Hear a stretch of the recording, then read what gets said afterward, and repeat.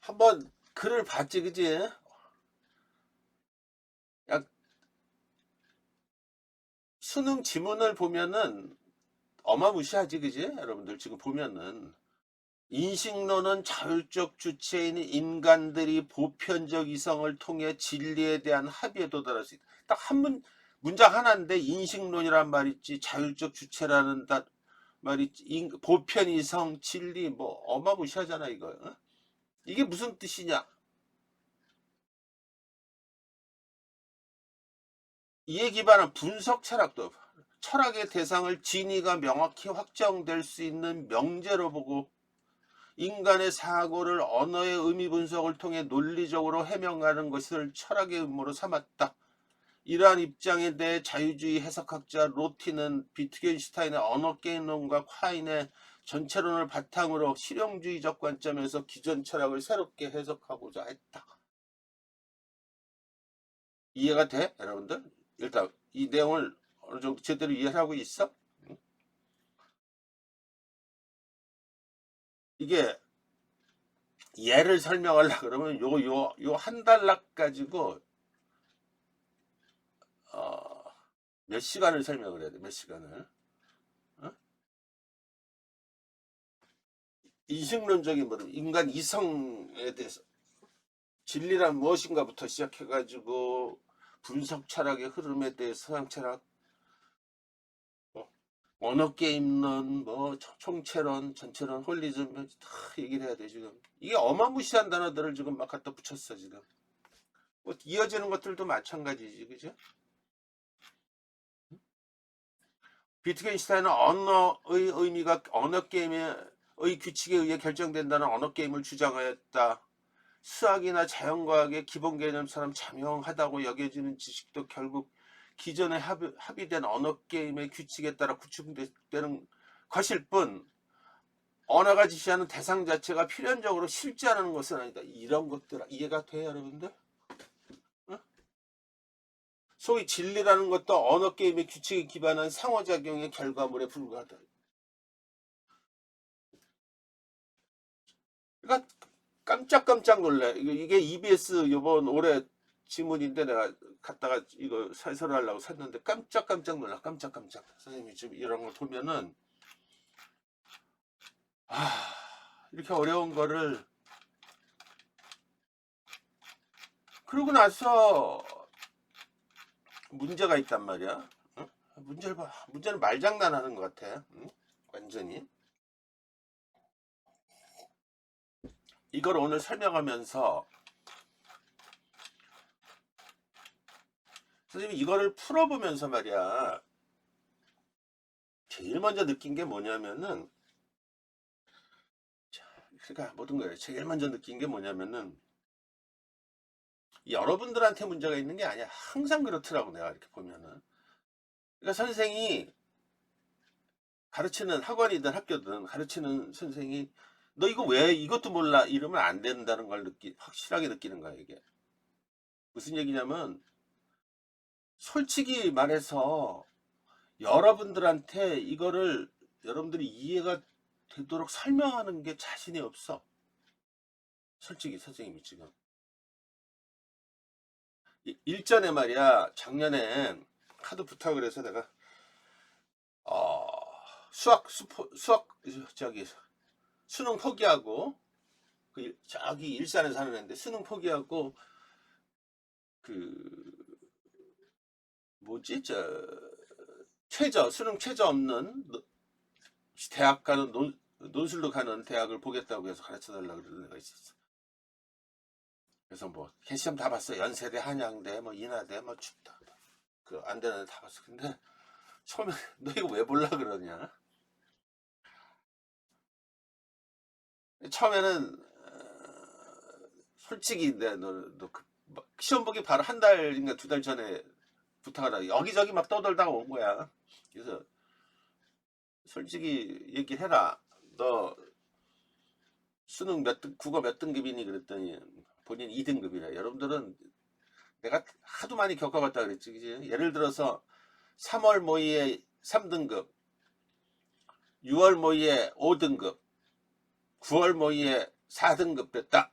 그러면 그 학생은 몇 등급일까? 본인들은 3등급이라고 생각을 해. 2등급. 그 학생은 5등급이야.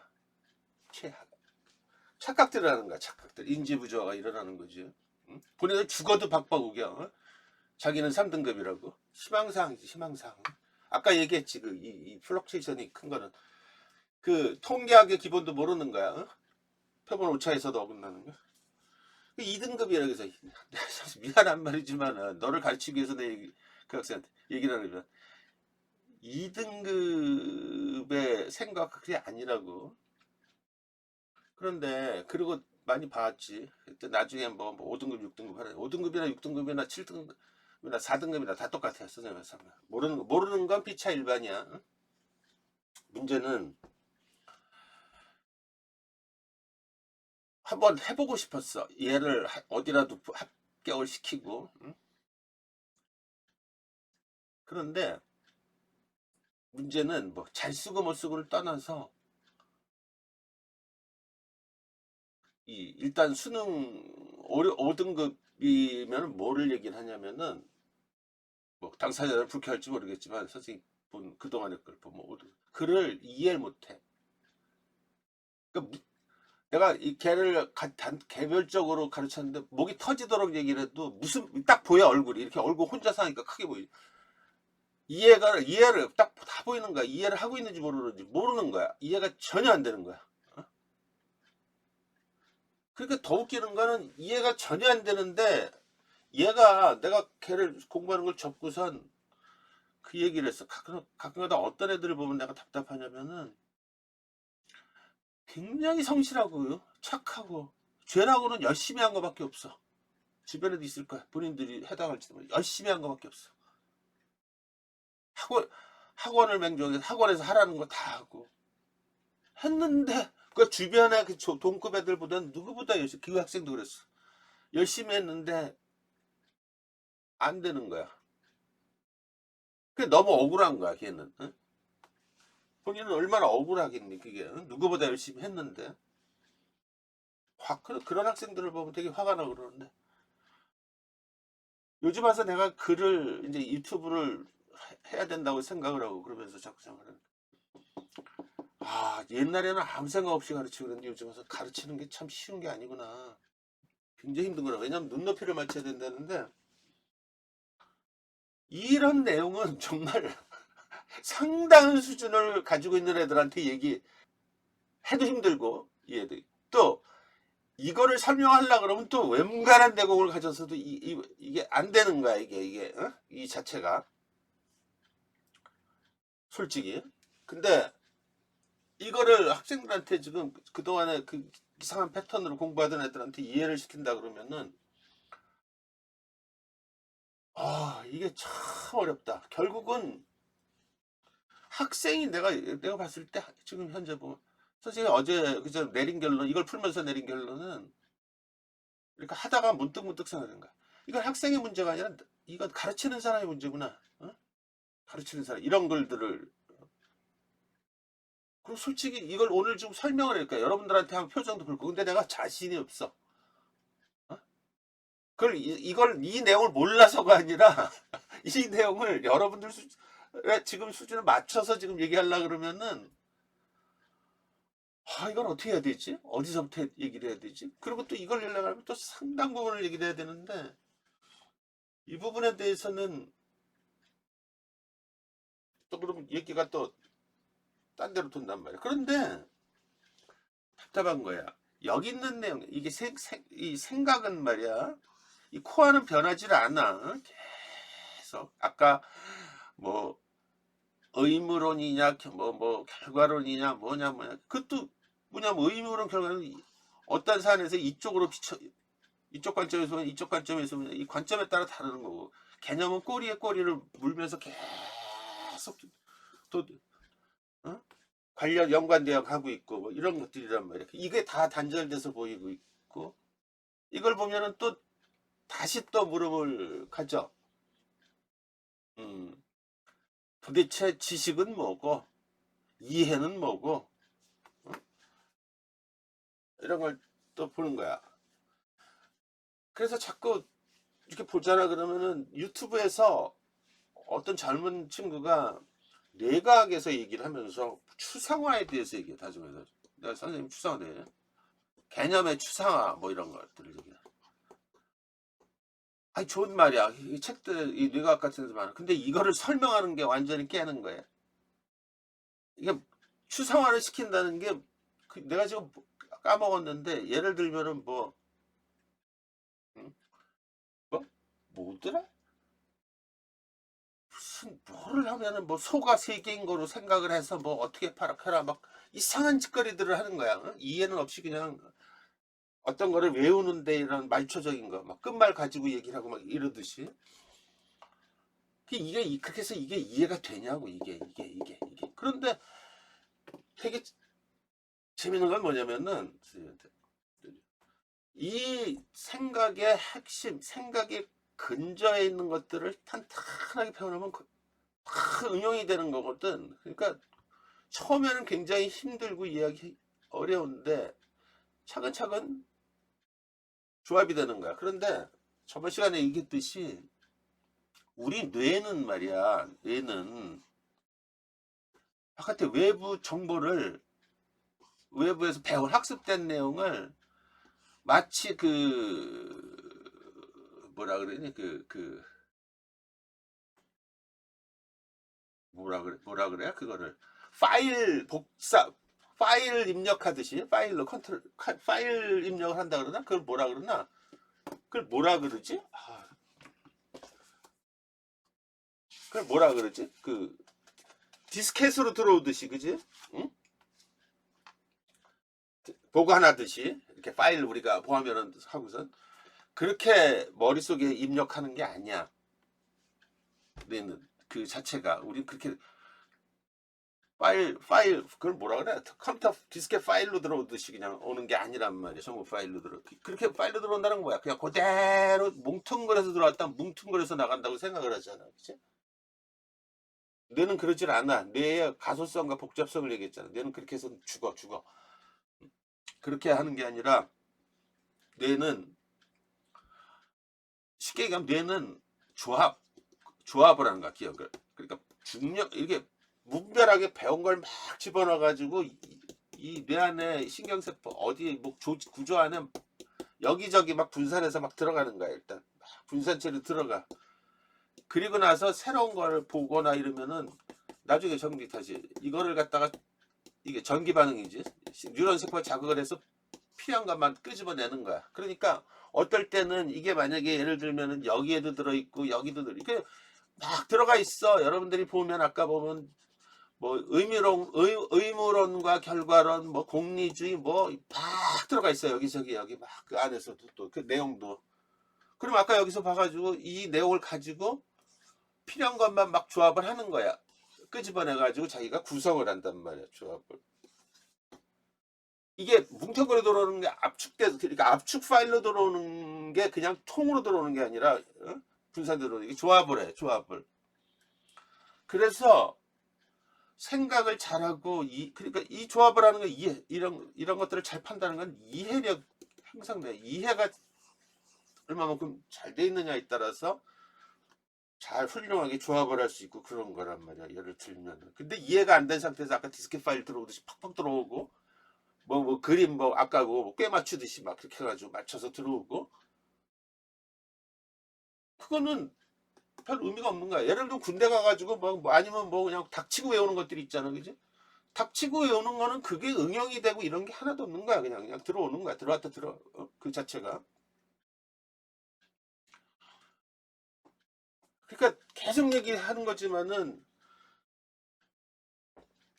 오늘 이걸 통해서 일단은 다는 아니지만 내가 한번 보는 거야. 이게 설명하기도 어렵지만은 얘를 통해서 뭐가 중요한 건지 이게 전체가 어떤 걸 들여다보고 그 연습이 하나도 안 돼 있기 때문에 그러다 보니까 힘든 거야. 이게 계속해서 그런 훈련이 돼 있었으면은 어떠한 내용이 들어오더라도 그거를 잘 활용을 할 수 있는데 그게 안 되는 거야. 그런데 시험은 이렇게 어마무시한 걸 보고 나서 이렇게 문제가 막 나오면은 솔직하게 얘기하면 선생님은 여러분들보다 이 답을 더 못 풀어. 그 이유는 여러 가지지만 가장 큰 거는 말장난하는 거야. 이런 데 관심이 없어. 선생님 뇌는 이런 말장난, 중요한 것만 내가 바라보고 있고, 그 얘기가 그 얘기인데 말장난하고 막, 그러니까 이게 사람을 아주 피곤하게 만드는 거야. 이거는 이건 연습이 또 필요한 거죠. 한번 보자고요, 여러분들. 한번 이게 예를 또 설명하려 그러면은 굉장히 중요한, 나중에 다 줄게. 이 주관과 객관의 일치 문제. 세계는 나와 나를 구성한 모든 걸 얘기해. 세계는 내가 인식하는 그대로의 객관적 실제냐. 이게 근데 굉장히 어려워. 이 시험에도 많이 했죠. 그 전통 인식론의 관점이 있고, 칸트의 아프리오리 칸트의 아프리오리의 관점, 선험적 인식의 관점이 있고, 후설의 상호 주관성, 해석학적 관점이 있고, 현대 들어서는 지금 살아있는 젊은 철학자 메이야수의 사변적 실제론, 이것도 작년 수능 지문으로 나왔는데 다 연결되는 거야. 나중에 그거 보고.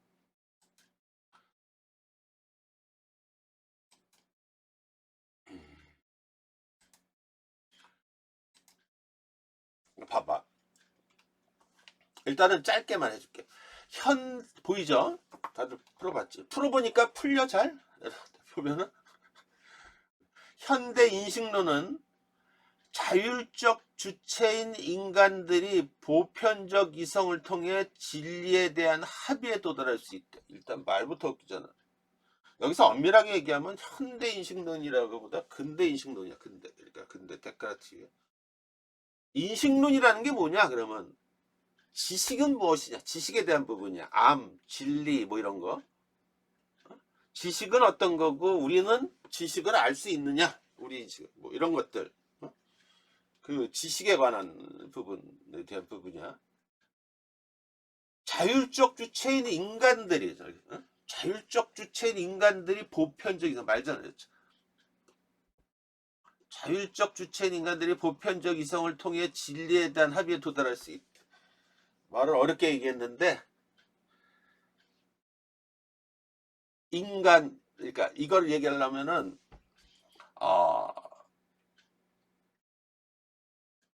인간의 어떤 이성 능력이, 그러니까 참 이 스타트를 끊기가 어려운 게, 이걸 설명하려면 인식론 전반에 대해서 얘기를 해야 되고, 그러니까 자, 이거를 내가 해설을 안 그래줄게. 현대 인식론은 그러니까 이런 것들을, 그러니까 여러분들 저거는 봤죠. 근대 들어가면은 인간은 경험에 따르든 인간의 어떤 이성의 능력에 따르든 어떤 대상에 대해서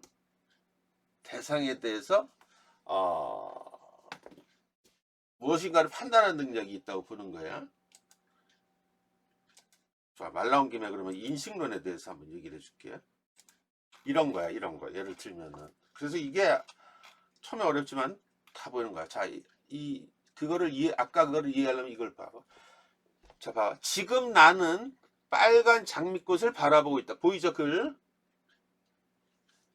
빨간 걸 보고 있어. 내가 볼 때 저 꽃은 빨간 장미꽃이 분명하다. 내가 이렇게 봤는데, 인식주는. 그런데 자, 실제로 저 꽃 자체는 빨간 장미꽃이 아니라 노란 장미꽃이 있는 거야. 그런데도 내가 이것을 빨간 장미꽃으로 인식하고 있다면 어떨까? 그러니까 무슨 얘기냐면 내가 보는데 나의 주관과 객관, 저 사물과가 일치하느냐의 문제야. 만약에 이게 다른데도 그렇다면은 인식 주체인 내가 보기에 이전의 대상, 그러니까 노란 장미, 객관이라 그래. 바깥 대상과 내게 보이는 것으로의 인식 결과, 빨간 장미, 그 주관과는 과연 같은 것인가? 과연 이 둘 중에 어느 것이 진짜인가? 우리 이거 가지고 쭉 가면은 가상현실, 어? 그지? 장자의 꿈 얘기. 내가 지금 꿈속에 내가 진짜냐, 바깥에 있는 꿈을 깬 내가 진짜냐. 만일 노란 장미가 진짜라면 바깥에 있는 거하고 내 인식이 다른다면, 지금 우리가 지금 보고 알고 느끼고 있는 것은 모두 거짓인 것이 아닌가. 그죠? 인식론택이죠. 인식 주체인 내가 생각하는 것이 옳다고 여기는 것은 결국은 뭐냐? 내가 내 주관이 객관, 즉 대상을 올바르게 파악하고 있다는 것이 되는 거지, 그지? 근데 문제가 되는 것은 아까 말했듯이 나라는 주관과 대상이라는 사물이라는 객관이 일치하느냐. 이거 우리 지금 몰라, 지금 이게. 그래서 내가 보고 있는 것이 세계에 실제하는 것이고, 그래서 나의 주관과 내가 보이는 것의 실체가 일치한다고 하더라도 내가 어떤 다른 목적, 다른 기획, 다른 의도에 따라서 닫혀있는 세계관 속에서, 이거 갖고 현대에서 지금 뇌과학 인공지능의 철학을 얘기하면서 많은 부분을 얘기해. 그러니까 이게 들어가면 되게 어려워져. 이제 객관의 대상을 바라보면서 만약에 내가 나의 주관과 그 대상을 내가 만약에 일치시키고 있다고 상상을 한다면은 그게 과연 완전한 일치인가? 모르겠지. 지금 전체가 뭐야? 이 얘기야. 우리는 바깥에 있는 사물, 여러분들을 보고 실제한다, 진짜라고 보고 있는데 그걸 어떻게 믿을 수 있냐 이거야. 바깥에 존재하는 것들을. 참 어려운 개념이죠, 그죠? 내가 바라보고 내가 판단하고 있는 걸 주관이라 그래. 바깥에 나랑 대응해서 사물을 세계에 맞서서 있는 걸 객관이라 그래. 그러니까 주관과 객관이 일치되느냐 그렇지 않느냐의 문제야. 그러면 한번 봐봐. 예를 들어서 이거 봐봐. 계속 읽으면서 얘기해 줄게. 그래서 이걸 참 작아. 제일 좋은 거는 이거를 글로써 설명해서 이해를 해줘야 되고 그러는데 이게 참 글쓰기도 어려워.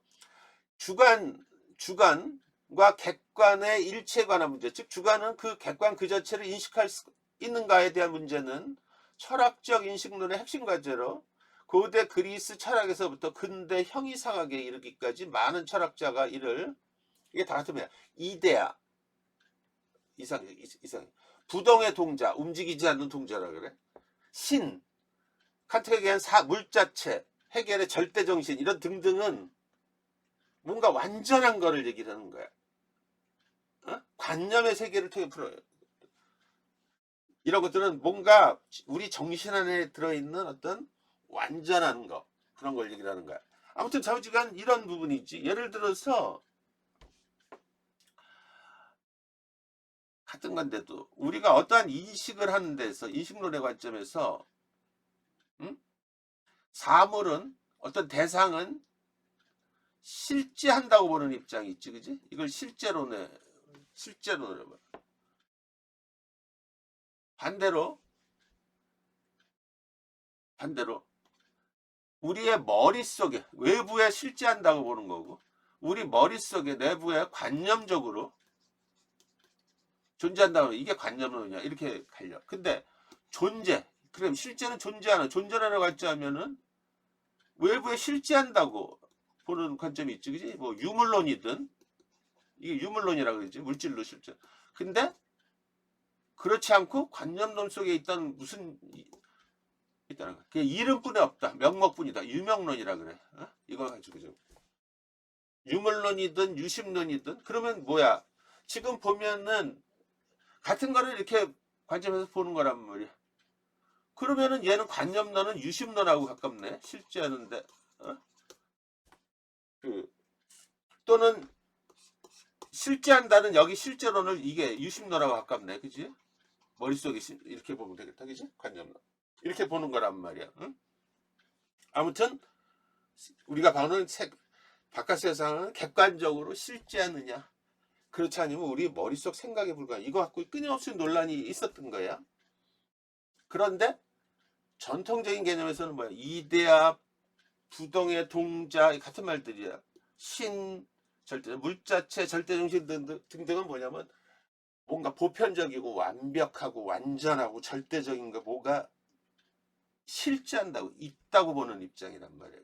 이런 것들을 관념이라 그래요. 이런 것, 이런 생각들을 보이지 않는 것들을 절대적. 그래서 플라톤의 동굴의 비유는 세계를 우리 여기 인식하는 방식에 있어서 서양 철학의 전통 인식론적 모델을 대변한다. 플라톤은 이데아, 절대적이고 뭔가 완벽한 게 우리 머릿속 저기 초월적으로 있다 그랬지, 그치? 현실은 그 이데아를 모방한 거라고 그러고 이데아에 무관심한 사람들을 동굴 속 죄인들로 비유했다. 인간은 태어날 때부터 동굴 안에서 손과 발에 쇠사슬을 차고 안면만을 주시하면서 이데아의 그림자에 지나지 않는 현상, 바깥에 있는 것들은 다 현상이라 그래. 현상, 허상들이지. 단지 감각으로 경험하고 이를 실제라고 착각한다고 얘기했잖아, 그지? 그와 똑같이 우리가 현실에서 보고 있는 것은 이데아, 즉 절대 진리를 표상하는 이상세계의 그림자에 지나지 않다고 그런 생각했다. 즉 세상 만물은 동굴 벽에 비친 그림자에 불과하지만 동굴 밖에는 실체가 존재하고 우리는 그 실체를 보아야 되는데 그걸 이데아라고 그랬어. 절대적인 거. 플라톤은 사람들이 품고 있는 환영의 그릇됨을 현상, 우리 잘못 보고 실체를 이데아를 왜곡해서 보고 있는 그릇됨을 지적하면서 우리로 하여금 이데아계를 지향할 것을 가르치는 것이 철학자의 역할이라고 믿었다.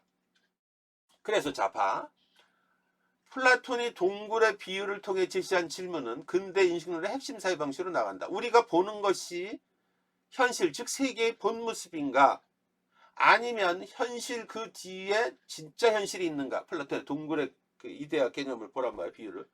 만약 현상, 어떤 우리가 바라보는 세계 현상 뒤에 이데아가 완전히 존재한다면 또 우리는 그걸 어떻게 인식할 수 있느냐? 머릿속에서 이거. 플라톤은 우리 눈에 보이는 것이 전부가 아니라는 전제하에 우리에게는 눈으로 볼 수 없는 것을 보는 지성, 즉 이성 능력이 있다는 거예요. 이것이 세계를 이해하는 서양 인식론의 고전적인 모델로서 현상과 이데아, 가상과 실제는 서로 연관되어 있지만 질적으로는 다르다. 이게 서양사를 기본다. 그러니까 이성적인 능력과 감각적인 건 다른데 이렇게 다르다는 생각. 이걸 그대로 데카르트가 근데 이어받은 거야. 그에 따라 칸트 이전의 근대 철학자들은 경험론자이든 경험을 따른 이성을 따른 합리론자든 플라톤의 인식을 따라 인식, 여러분들은 글을 이해할 때 개념 범주, 인식, 감각, 의식, 이성 이런 거 감각이든 이성이든 갈라지지만 이런 것들 다 같은 범주에서 익심에서 또 갈라지고 이 대상, 사물, 세계, 객관, 인식은 주관 하고 을 향한다는 거야. 이게 되게 지금 중요한 게 잘 봐봐. 우리가 세계를 어떻게 했냐면 나라는 주관이 있어. 그 다음에 대척점에 세계, 대상이 있단 말이야. 사물이 있어. 대상이 있어. 그러면 핵심은 뭐냐면 내가 사물을 향하느냐, 사물이 나를 향하느냐, 이게 무슨 의미일까? 이거부터 이제 파악하는 거야. 나의 주관이 있고 여기 객관이 있는데 이 내가 사물을 향하느냐, 사물이 나를 향하느냐가 무엇을 의미하는지부터 봐야 되는 거예요. 그래서 여기 봐봐. 이 죽지만 인식이 대상을 향한다 그랬어. 내가 대상을 향한다고. 이 얘기는 대상이 인식에 앞선다는 거야. 내가 있는데 그러면 이렇게 되면 무슨 얘기야? 바깥에 실제 대상은 사물은 실제한다고 보는 입장이란 말이야. 그지? 실제한다고 보는 거야. 실제한다고 보는 거야. 그러니까 나보다 이미 세상의 바깥의 사람들은 다 이미 존재하는 대상을 우리는 받아들이는 데서부터 인식이 시작되는 거란 말이야. 이게 그치? 그러면 뭐야? 세계는 하여튼 자주한 이성을 따르든 경험에 의하든 합리론자든 이성론자든 세계는 실제하는 실제로서 우리 앞에 놓여 있다는 거야. 실제로서. 이해를 안 하면은 대상이 향한다 이런 거 가지고 뭐 여기서 해결될 문자가 아니지. 세계는 실제로서 우리 앞에 놓여 있다는 건 무슨 얘기일까 할까? 그럼에도 불구하고 얘가 먼저 있는데 우리가 얘를 올바로 볼 수 있으려면 어떻게 해야 돼? 플라톤이 말한 대로 우리의 이성 능력, 이게 이데아라고 보란 말이야. 이데아라고 보면은 우리가 얘를 똑바로 볼 수 있도록 부단히 노력을 해야 되는 거지, 그지? 응? 부단히 노력을 해. 아무튼 자우전 세상은 싫지 않는데 우리가 이걸 어떻게 우리의 뛰어난 능력을 발휘하면 얘를 볼 수 있다고 보는 거야. 하여튼 중요한 거는 여기 세계는 실제로서 우리 앞에 놓여 있다고 보는 거야. 본 모습이. 그런데 이제 어려워지기 시작해. 그 다음 봐봐. 칸트가 코페르 인식의 전환을 얘기해서 코페르니쿠스적인 전환을 얘기를 했어. 이게 무슨 말인지를 이제부터 이걸 알아야 많은 부분들이 풀려요. 잘 봐.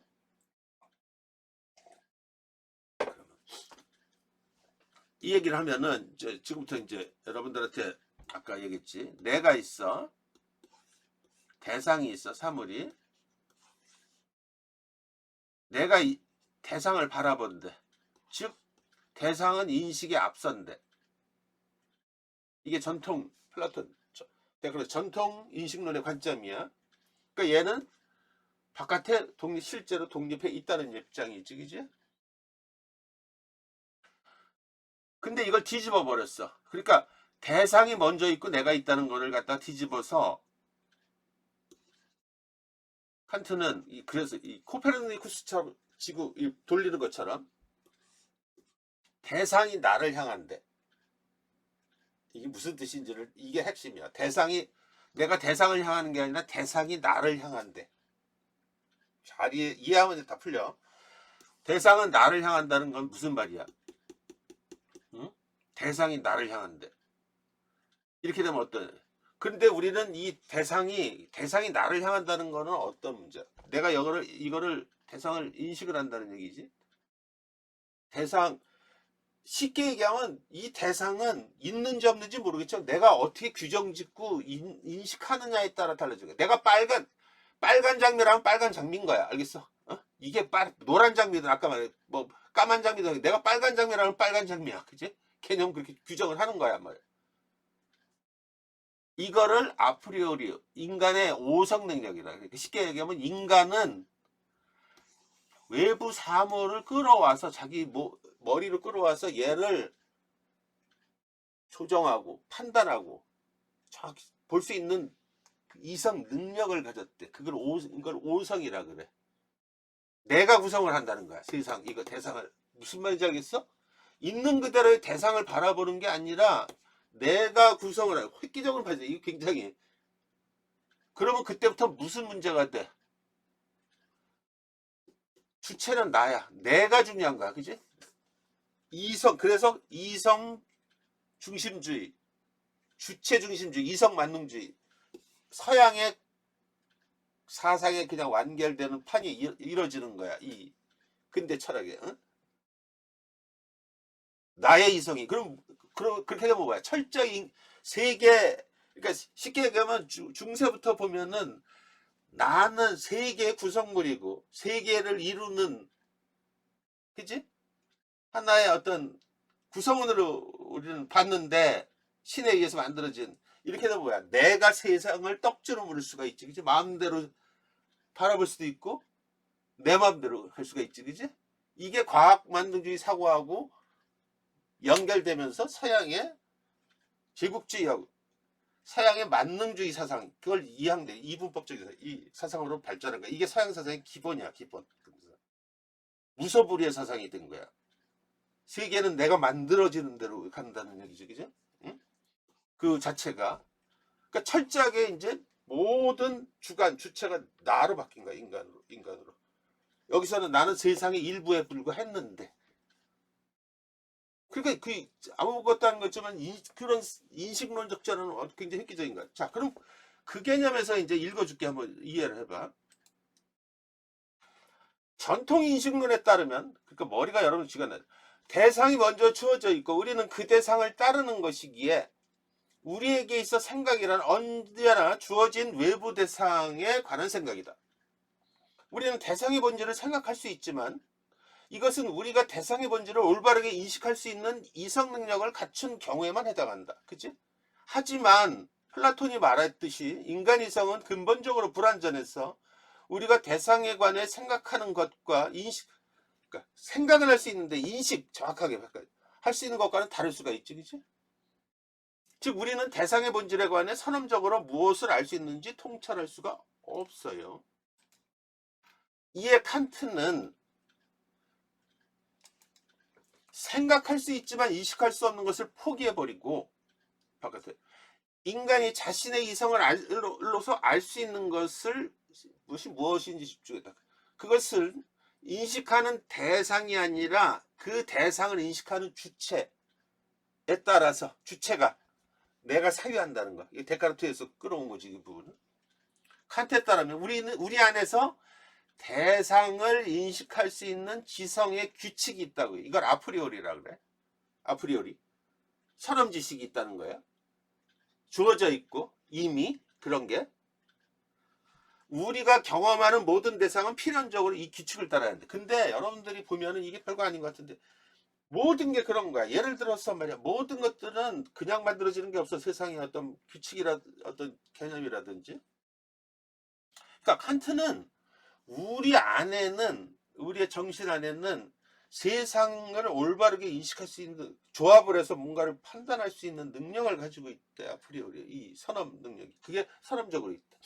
이게 되게 다른 얘기인데 지금 재밌는 거는 노암 촘스키라고 있지. 촘스키 언어학자지. 되게 유명한 사람이야. 그지? 촘스키 또 모르지 또 여러분들도. 언어 굉장히 유명한 사람이야. 응? 돌아가셨나? 지금 아직까지도 살아있나? 굉장히 유명한 사람이야. 노암 촘스키 그러니까 이거지. 인간은 촘스키에 따르면은 인간은 태어날 때부터 언어 인지 능력을 가지고 태어난대요. 뱃속에 엄밀히 따지면 뱃속에서 뇌가 만들어질 때 엄마 뱃속에서 뇌가 만들어질 때 같이 언어를 사용할 수 있는 능력이 80% 이상이 만들어진다는 거예요. 이게 만들어진대. 이거 아주 대단한 발상이야. 그러니까 우리는 보통 보면 태어나가지고 학습을 해가지고 뭐 이러면서 언어를 배운다고 그것도 있는데 상당 부분은 우리가 이미 갖춰져 있다. 이거 우리 이런 얘기. 이것도 따지고 보면 이거랑 똑같은 거지. 칸트가 말한 것처럼 우리는 세상 사물을 분별할 수 있는 능력을 갖추고 있대요. 이게 인간 오성이래. 오성이 한자로 얘기하면 언더스탠 깨달을 오야. 깨달는 성격. 무엇을 깨달을 수 있는 판단할 사유할 수 있는 성격. 이걸 오성이라 그래. 그러니까 아까도 얘기했잖아. 그래서 봐봐.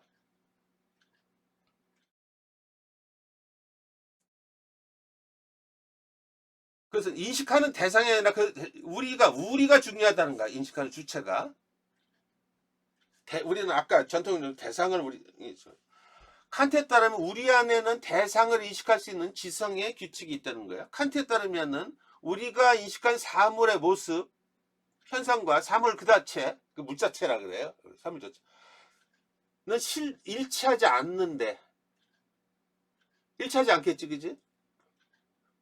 그런데 칸트는 그래서 현상과 사물 자체를 구분하여 사물 자체, 물자체는 우리 추상화, 사유는 가능해도 우리가 아까 했죠. 생각은 가능해도 인식은 불가능하다는 우리가 정확하게 올바르게 생각은 할 수 있지만 아까 얘기했잖아.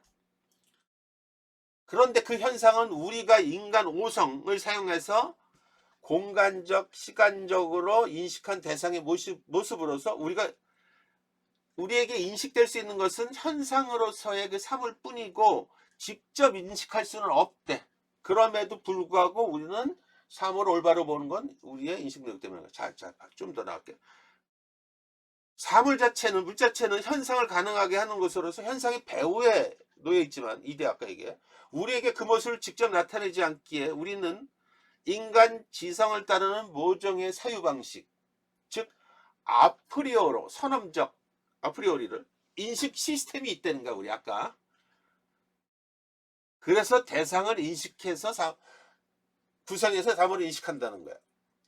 지금 여러분들한테 이 설명을 하지만은 왜 이게 어렵냐면 아까도 이런 걸 설명을 안만 하더라도 기본적으로 철학자들이 사용한 거나 중요한 개념 언어들은 바꿀 수가 없어. 절대로. 서유 총체이기 때문에. 그래서 어려운 거야. 그건 좀 더 얘기해. 그래서 인식이 대상에 따르는 게 아니라 대상이 우리를 한테 오는 게 아니라 대상이 인식에 따른다는 발상을 얘기를 하는 거. 아까 얘기했지. 그 두 개가 대상이 나를 향하고 반대 개념. 그래서 좀 더 이해. 그래서 이런 걸 설명하면 여러분들이 어려운 거는 그래서 부연 계속 거듭되지. 다시 말해. 그러고 예시, 정의 이런 걸 다시 봐야 되는 거야. 그러면 그래서 자 봐. 칸트가 말하는 사고방식 혁명은 다음 명제. 명제라는 게 뭐니? 명제라는 게 아까도 나왔잖아. 사실적 진위 여부를 따져 볼 수 있는 어떤 진술, 서술을 얘기를 하는 거야. 결론을 얘기하는 간단 명령이 서진다. 뭐야? 이성은 자신의 설계에 따라 자기 자신이 생산하는 것만을 이해한다. 이게 무슨 말인지. 이성은 자기가 의도한 대로 만드는 것만을 이해한다는 거야. 아까 말했잖아. 예를 들어 우리가 빨간 장미를 인식할 수 있는 것은 우리가 이 대상을 빨강과 장미라는 개념으로 바라보기 때문이지. 만약에 우리가 빨강이라는 게 없어. 그거를 처음부터 파랑이라고 해서 그냥 파란 장미야. 그지? 우리가 보면은. 그래서 그 점에서 중요한 게 뭐야? 어떤 사물, 대상은 우리 지성이 만들어낸 구성물에 불과할 뿐이야. 우리는 우리가 만들어내지 않은 것들은 인식하지 못하는 거야. 그 만들어내는 고안물, 생성물이 뭐다? 개념이란 말이야. 무슨 말인지 알겠어? 어? 그래서 개념을 인류 최대 발명품이라 그러는 거야. 어찌 보면은. 철학자는 죽어서 개념을 남기는 거야. 응? 우리가 개념을 이해하라고. 근데 그 개념은 고정된 게 아니지. 좀 이따 보자. 상황에 따라, 시대에 따라 많이 바뀌는 거야. 그러니까 아까 그 문제에서 보면은 이 이성에 대해서 시대의 흐름에 따라서 또 어떻게 지금 바뀌는지를 좀 이따 보이는 거야. 일단은 우리 아까 전통 인식론이든 칸트의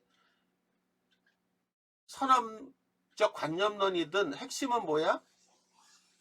대상이 우리를 향하든 대상이 먼저 있든 아니면 우리가 대상을 향하든 상관없이 중요한 건 인간은 이성 능력을 잘 발휘하면은 사물이 실체인지 아닌지 이거에 관계없이 우리 본 모습을 우리가 그대로 바라보든 규정하든 할 수 명확히 볼 수 있다는 얘기지. 그치?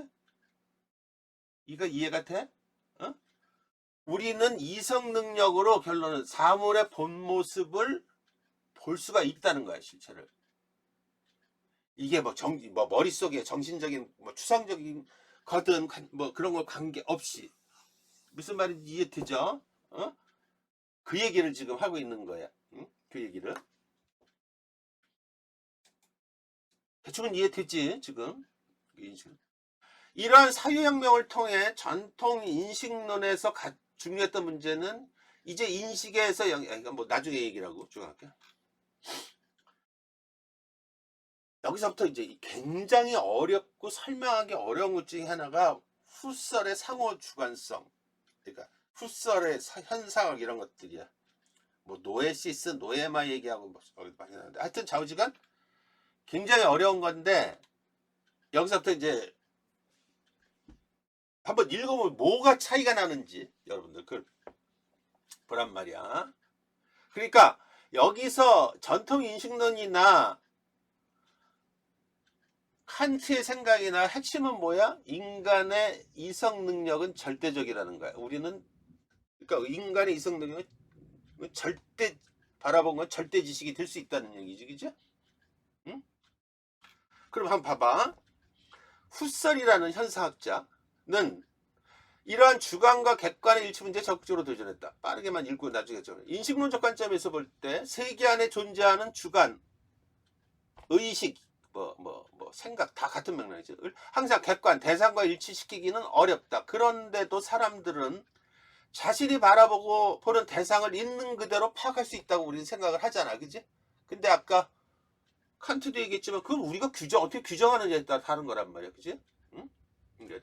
그리고 그렇게 바라보고 얻은 주관의 판단은 객관과 일치한다고 우리는 생각을 해. 우리가 뭐 전통적인 거잖아. 우리가 이거 바깥에서 보면 빨갛고 뭐 이런 것 이게 별거 아닌 것 같은데 여러분들이 한번 생각을 해봐. 한번 생각해봐. 여러분들이 알고 있는 지식은 과연 올바른 것인가? 우리는 올바르다고 생각하고 믿고 보는 거잖아. 그지? 근데 그게 반드시 그렇다는 보장은 없잖아. 그지? 이걸 상대주의라 그래. 우리가 한테는 되게 타당하고 절대적으로 보면 딴 나라 보면은 다를 수도 있는 거지. 예를 들어 문화를. 프랑스의 유명한 배우 브리지트 바르도는 우리나라에서 개고기 먹는 걸 갖고 야만의 종락이라고 그 풍습을 가지고 비난을 했어. 그럼 우리는 걔네 거의 간 부풀려서 먹는 거 그것도 야만이지. 근데 그거는 우리 관점을 이해 못하는 거야. 우리는 소 같은 경우 말했듯이 재산이야. 뭐 함부로 먹을 수가 없는 거야. 그러니까 뭐야? 대용 식품으로다가 단백질 보충해야 되잖아. 개고기를 먹는 거야. 마찬가지로 아마존 같은 데서 원숭이 이런 거 먹으면 걔네 죽어요. 응? 어떤 상황, 조건, 습관 뭐 그런 거에 따른 거야. 이슬람에서 돼지고기 못 먹는 것도 오랜 습관, 상황, 전통에서 비롯된 거야. 거긴 더운 지역이잖아. 그러니까 돼고기 금방 상하고 그러니까 금기시키고 그런 거란 말이야. 좌우지간. 그래서 우리가 이렇게 그냥 당연시하게 받아들이는 우리가 바깥에 있는 사물을 그 있는 그대로 받아들일 수 있다고 보는 이런 사고를 자연적 태도라고 말하면서 우리의 의식에서 버려야 된다. 자, 지금 보면 주관과 객관의 문제를 계속 얘기해. 나와 바깥의 사물, 객관의 문제가 이게 일치하느냐 안 하느냐. 일치하느냐 안 하느냐. 아까 이 부분을 전통 칸트 근대 전통 그 인식론에 따르면은 일치하든 안 하든 어? 우리가 어떻게 그거를 규정하느냐 우리가 바라보느냐에 따라서 이 주체가 확정된다고 얘기를 하고 있는 거야. 응? 근데 내가 저걸 보고 빨간 점이라고 빨간 장미인 거야. 응? 그런데 후서는 인간은 자신의 의식 밖으로 나올 수 없기에 눈앞의 세계가 진실인지 아닌지 확인할 수 없다면서 우리가 세계를 증강현실 같은 거 한번 생각해봐. 바라보는 인식주관의 판단은 그리 믿을 만한 게 못 되는데 그렇게 나라는 주관과 세계라는 객관이 일치하는지를 증명할 게 아니라 바깥에 그걸 우리 모른다 이거야. 이거 뭐야? 주관과 객관이 일치한다는 것을 우리가 확신하는 근거는 뭐냐 이걸 따져보는다는 거야. 근데 그걸 따져보려고 그러면은 판단에 따라 달라질 거 그렇죠. 그러니까 그게 확신할 때까지는 그냥 가로치기 판단 유보라 그래. 그래서 보자 그러면 편한 거야. 하여튼 나중에 봐. 자, 이를 위해 후서는 자연적 태도에 따른 주관적 판단을 잠시 중단할 걸 요구했다. 우리가 있는 그대로 바라보며 판단하고 있는 이 세계에 관한 판단을 괄호 속에 넣고 잠시 중지하다는 것으로 이를 두고 후서는 세계의 스위치를 꺼라 라고 표현했다. 이를테면 나라는 주관이 지금 바라보고 있는 장미꽃 즉 대상 객관을 분명 빨간 장미꽃이지만 그렇더라도 판단을 중지하고 그저 가만히 그 장미꽃을 바라보래. 그냥 생각해봐. 대상을 괄호 속에 넣어두라. 판단 중지라 그래. 유명한 에포케라 그래. 되게 유명해. 그렇게 되면 어떻게 돼? 그것이 무엇일지에 대한 판단은 그 다음 문제가 되지. 일단은 그냥 있는 그대로 바라보래. 있는 그대로. 아까 개고기를 먹는 거 남들이 원숭이를 먹든 그냥 있는 그대로 저 새끼 먼저 섣부로 선입견으로 보지 말라는 얘기야. 저놈 야만족이야 이러지 말고 그냥 쟤네들 원숭이 고기 먹네 이거 보는 거야. 알겠어? 어? 그대로 먼저 뭐든 이렇게 선입견 이런 것들을 버리라는 거야. 왜? 이 선입견은 왜? 우리가 믿고 있는 것들이 반드시 옳다고 보장이 안 된다는 거잖아. 그리고 절대지구 우리는 그냥 알아서 그냥 자연적으로 아까 여기 자연적인 태도 그냥 그렇게 배웠잖아. 지금 여러분들은 선생이 얘기하면 모든 게 진리라고 그냥 받아들였잖아. 그냥 막 여러분들 보면은 그냥 선생님 우스갯소리로 옛날에 우리 딸아이가 그게 너무 내가 놀랬어. 딸아이가 중학교 때인가 학원 그때 학원을 다녔지. 고등학교 때 안 다녔는데 중학교 때 학원을 다녀가지고 그럼 또 그런 애들은 또 열심히 해 또 보면은 근데 뭐라 그러는데 그게 틀려서 아빠로서 야 그게 뭐가 아닌 것 같은데 그거 아닌데 막 그랬더니 걔가 그런 거야. 아니 선생님이 말하면 그게 맞는 거지 왜 아빠가 그래 그러는 거야. 그래서 내가 깜짝 놀란 거야. 이걸 어떻게 설명을 해야 되나? 분명히 틀리고 선생의 말이라고 반드시 옳고 그러는 건 아니고 그지? 또 상황 조건에 따라 달라질 수 있는 거야. 아무튼 인식이 대상에 따르는 것인지 아니면 대상이 인식에 따르는 것인지 전통 철학의 관점이든 칸트의 관점이든 관련한 신전 대립을 조정하면서 관련한 보편 인식의 가능성을 확보하기 위해서는 판단을 유보하고 사물 그 자체에 관해서는 F격 나에게 나타난 현상과 대상에 나타난 현상의 공통된 본질 구조를 기술할 수밖에 없다고 본다는 거야. 이걸 현상학적 환원이라는 이제 어려워지기 시작해. 굉장히 일단은 응?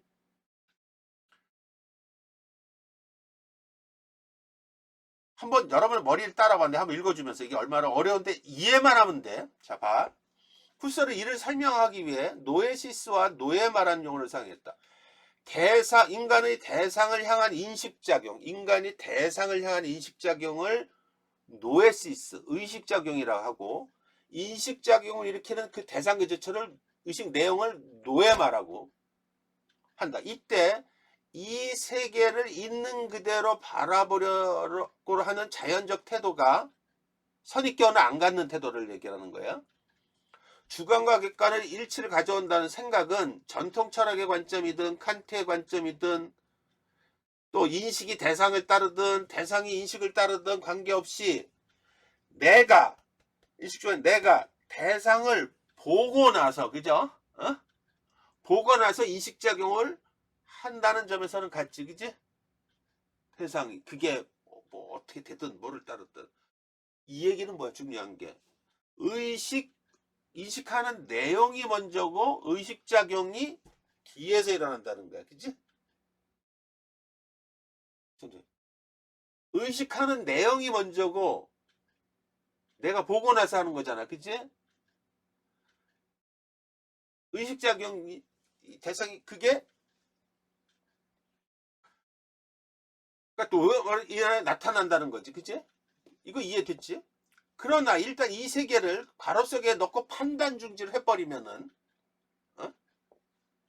다시 말해 현상학적 환원을 하고 나면은 자 중요한 게 이런 게 역전이 돼버리지 판단 중지라 무슨 말이냐 현상학적 하나를 해서 노에마와 노에시스를 딱 분리해서 여기 보면 의식작용과 의식내용을 분리해 놓고 보면은 노에마 의식내용을 있는 그대로 바라보기 이전에 이미 노에시스가 우리 선입견이 막 작용을 하고 있어 지금. 여러분들은 이런 현상을 굉장히 많이 볼 거야 앞으로 글을 쓰면서. 어떻게 보냐 그러면은 내가 어떤 말을 무지하게 많이 할 거냐면은 기존에 알고 있는 선입견을 가지고 글을 쓰지 말라고 있는 그대로 보라고 대상 지문을. 그런데 여러분들은 만만한 거 좀 읽은 본 경험 나오고 그러면 집 냅다 자기 머릿속 생각으로 막 써제껴. 그래서 논점 이탈해. 이게 그 얘기를 하는 거야. 무슨 말인지 알겠어? 판단 중지를 훌설이 하라는 일단은 판단 중지부터 하라는 얘기는 뭐야? 일단 선입견을 버리라는 얘기야. 가장 큰 거는 우리는 모든 걸 알고 있고 내가 배운 지식이 올바르고 이렇다고 지금 생각을 하고 있단 말이야. 그거조차도 의심해 봐야 되는데 우리는 막 간단 말이야. 그런 현상을 많이 볼 거야. 그지?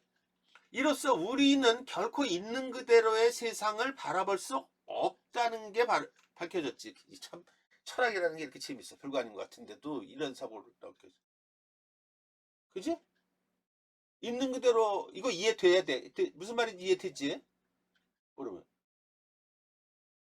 글을 읽어서 이해가 안 되면은 지금 문제가 있는 거야, 이런 내용들. 우리는 어떤 대상에 대해 이미 일정한 의미를 부여한 후에 그 대상을 바라보고 있지 않느냐 이거야, 우리가 지금 상당 부분은. 그러니까 객관적으로 못 보는 거지, 그지? 익숙한 걸수록 더 그러지요, 여러분들, 그지? 그래서 익숙한 것들하고의 결별, 익숙한 거에 자꾸 물들으면 안 되는 거야, 철학적인 어떤 사유는. 그래서 문학의 생명은 뭐라고 해서 낯설게 보기고 항상. 근데 우리는 너무나 익숙한 거에 어? 뇌를 또 그렇게 만들어 버리자. 생으로 외워가지고 그냥. 따라서 현상학적 환원을 하고 나면 우리가 지금까지 노예마, 즉 의식 내용을 통해 어떤 대상의 의미를 파고 있다고 믿어졌던 모든 것들이 역전돼 버려. 우리는 노에시스, 즉 의식작용을 받고 나서 노예마를 바라보고 있는 것인데도 머릿속 생각으로 노에시스 작용으로다가 노예마를 왜곡시켜 바라보면서 그것을 있는 그대로 바라보고 있는 것처럼 착각하는 거야. 자, 다시 보자. 그러면 예를 봐봐. 항상 빨간 장미꽃이 있다고 하면 그것은 노예마지, 그지? 그런데 우리가 그것을 바라보면서 아, 저것은 빨간 장미라구나 라고 인식한다면 그건 노에시스겠지, 그지? 여기서 빨간 장미꽃을 향한 우리의 판단을 잠시 괄호 속에 놓고 판단 중지해보자. 그러고 나면 빨간 장미꽃, 즉 노예마를 보기 이전에 빨간 장미꽃이란 이런 것이다 라는 어떤 의미작용, 노에시스가 이미 우리 주관 속에 개입됐다는 거야, 그지? 그래서 우리가 올바른 인식을 못하는 이유가 그런 것들이야. 즉 빨간 장미꽃을 있는 그대로 바라보기 이전에 이미 빨간 장미꽃이란 이러저러하다라는 게 우리는 막 머릿속에 있잖아, 지금 갔다가 선행하에서 있는 거야. 대상이 주관의 작용을 결정하고 있는 게 아니라 의미작용이 대상을 판단해버리는 것이고, 그렇게 우리는 결코 대상을 있는 그대로 바라볼 수 없다는 얘기야. 이게 별거 아닌 것 같은데 이게 파생되면 여러 가지가 나오는 거야. 이런 판단을 나오고 이게 되게 어려워. 여기에서 노에시스는 어떻게 노예마에 앞서 작용하고 있는 것인가에 물음이 제기된다. 후설에 따르면 인간의 의식 작용은 이미 경험된 수많은 것으로부터 영향을 받아 형성이 된다는 거예요. 그러니까 이게 지금 그러면은 칸트하고 갈리는 거지. 칸트하고 같은 점은 뭐야? 대상이 앞서 우리가 대상보다 우리가 이게 중요하다는 거지. 우리가 결정한다는 거지, 그지? 근데 후설은 이게 선입견 이런 거로 빠질 수가 있다는 얘기지, 그지? 많은 것들이 지금, 그지? 경험 이런 거에 따라서 칸트는 우리는 타고난 거가 있어서 절대적으로 인식하는 어떤 능력을 선험적으로 가지고 있다는 거하고 그 차이가 있는 거지, 그죠? 빨간 장미꽃이라는 의식작용은 우리가 이미 그것을 빨간 장미꽃으로 인식하도록 학습되었거나 경험되었기 때문에 칸트는 이미 우리가 갖고 있다고 보고 있는 건데 우리는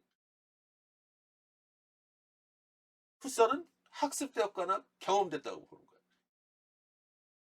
따라서 세계가 주관밖에 실제한다는 보증은 어디에도 없고 이거는 칸트하고도 같은 얘기야. 세계는 이식 주관의 바깥에 있다고 섣불리 단정할 수 없겠지, 그지? 우리가 그렇게 선입견을 가지고 있어. 근데 칸트는 어떻게 됐어? 칸트는 우리가 그것을 우리가 선험적인 어떤 인식 능력으로 올바르게 볼 수 있다고 지금 보는 거야. 우리가 규정할 수 있다고 보는 거고, 뭐 forever 세계가 실제하든 말든. 어? 그래서 여기까지만 얘기해. 나중에 자 여기까지만. 그런데도 우리는 세계가 실제한다고 확신한다. 이게 참 사고라고 무서운 거야. 이것은 우리가 선경험의 축적으로 나타나는 노에시스로부터 자유로워질 수 있음을 의미한다. 무슨 이유에서? 후설은 우리가 세계의 실제를 확신하기까지의 일련의 사고방법을 알고 있기 때문에 한다. 후설에 따르면 우리가 세계의 실제를 확신하는, 다시 말해 객관적 세계가 이루어지기까지 과정은 상호 주관성에 의해서 이루어진대. 중요한 거야. 이게 무슨 말이냐? 잘 봐봐. 일단 내가 있어. 나의 의식이 있어. 나 자의 의식이 작동하기 위해 육신은 나의 몸으로서 존재한다고 확신을 하지. 그리고 내 몸과는 별개 내 몸에 없는 대상이 있다는 것을 감각적으로 또 타자가 있다는 걸 인식해. 이때 대상에 대한 인식은 객관적 세계의 실제에서 비롯된 게 아니라 어떤 자극, 반응, 상대로에 의한 거지. 있는 중. 이때 나와 매우 비슷한 몸을 가진 타인의 감정을 이입하면서 자아가 아닌 타인의 자아, 즉 타의 존재를 확신하는 거야. 무슨 말이냐면 내가 뭐를 의식할 수 있다는 거는 이것도 재밌죠. 내가 무언가를 적극적으로 의식하는 게 그것도 있지만 남의 의식에 따라 인식을 해서 상호작용하면서 알게 된다는 거야. 우리 언어 같은 것도 그래 언어의 사회성, 상호성을 이렇게 말하는 거란 말이야. 무슨 말인지 알까? 나만 독단으로 쓰면 그건 언어가 아니야. 무슨 말인지 알지, 그지? 서로 사회적인 합의된 산물이란 말이야. 응? 그러면 이걸 그대로 보면은 말이야. 예를 들면 언어라는 것도 고정된 거 실체냐? 고정된 아니면 맥락에 따라 달라지는 것이냐? 이게 상호적 그런 거 가지고 계속 분파가 되는 거야. 상호 주관성을 말하자면 다수의 주관 사이에 공통된 인식을 뜻하는 것으로 나도 타자도 동일한 세계를 이루고 있음을 서로가 공유하고 확신하는 거란 말이야. 그럴 때 객관적인 세계가 만들어진다는 거지. 나도 저걸 보고 빨간 사과라고 그러고 얘도 빨간 사과라고 그러고 얘도 빨간 사과. 그러면 얘는 빨간 사과인 거야. 객관적인. 이게 객관적이라는 거야. 말 되는 거지. 그치? 어? 예를 들면은 나머지를 읽어보고 메이아스 같은. 그러면 한번 봐봐. 여기까지만 하고 자, 이거 뭐야? 이거 한 줄을 설명하기 위해서 지금 얼마나 현대 인식론은 자율적 주체인 인간들이 보편적 이성을 통해 아까 말했지. 현대 인식론은 인간의 이성 능력으로 대상의 실제를 즉 진리를 확인할 수 있다고 보는 거지. 그지? 확신할 수 있다고 보는 거지. 합의할 수 있다는 거를. 그 얘기를 지금 하는 거 이렇게 어렵게 썼어. 이에 기반한 분석 철학은 후설의 현상학 이런 거에 영향을 받아서 18세기에 태동한 18세기 이후에 태동한 그래 과학적인 사고에 기반한 대상을 진위가 명확히 확정될 수 있는 명제로 보고 명제라는 건 진위성을 명확하게 확신할 수 있는 진술을 얘기해. 철학의 대상을 진위가 명확하게 자 그럼 한번 봐봐. 철학의 대상이 어떤 거냐 예를 들면은 그 많은 것들이 있는데 뭐 기초적인 것도 있지만 형이상학적인 물음들도 있어. 중요한 거는 일상적인 물음도 있지만은 뭐 사랑, 죽음, 신 뭐 이런 것들 있잖아, 그지? 이런 것들은 되게 추상적이잖아. 얘네들을 진위가 신이 있는지 없는지를 확인할 수 있다. 여기서 지금 보면은 현대 인식론의 어떤 아까 뿌리든 근대 인식론이야. 칸트의 생각이든 이어받은 현대 분석 철학이든 지금 뭐야 인간의 이성 능력에 따르든 분석 철학은 언어 능력에 따르든 뭐를 따르든 뭐에 의하든 바깥의 대상의 실제라 그러면 뭐야 사실 진위 진실을 확정할 수 있다고 보는 거야. 그지? 그게 실제가 존재하든 안 하든 무슨 말인지 알지? 그 얘기야. 인간의 사고를 언어의 의미 분석을 통해 논리적으로 해명하는 것을 철학의 이걸 논리 실증주의 분석 철학에서 나온 파생된 나중에 논리 실증주의라 그래. 실증주의. 응? 여기서부터 이제 현대 철학이 시작되는데 이때 중요한 거는 근대 철학에서는 인식론적 전환입니다. 언어론적 전환에서 그 얘기를 하는 거야. 모든 거를 인간의 이성 능력에 따른 게 아니라 언어에 의해서 규정하는 거로 확 전환을 시켜버렸어. 이게 또 두 번째 획기적인 거야.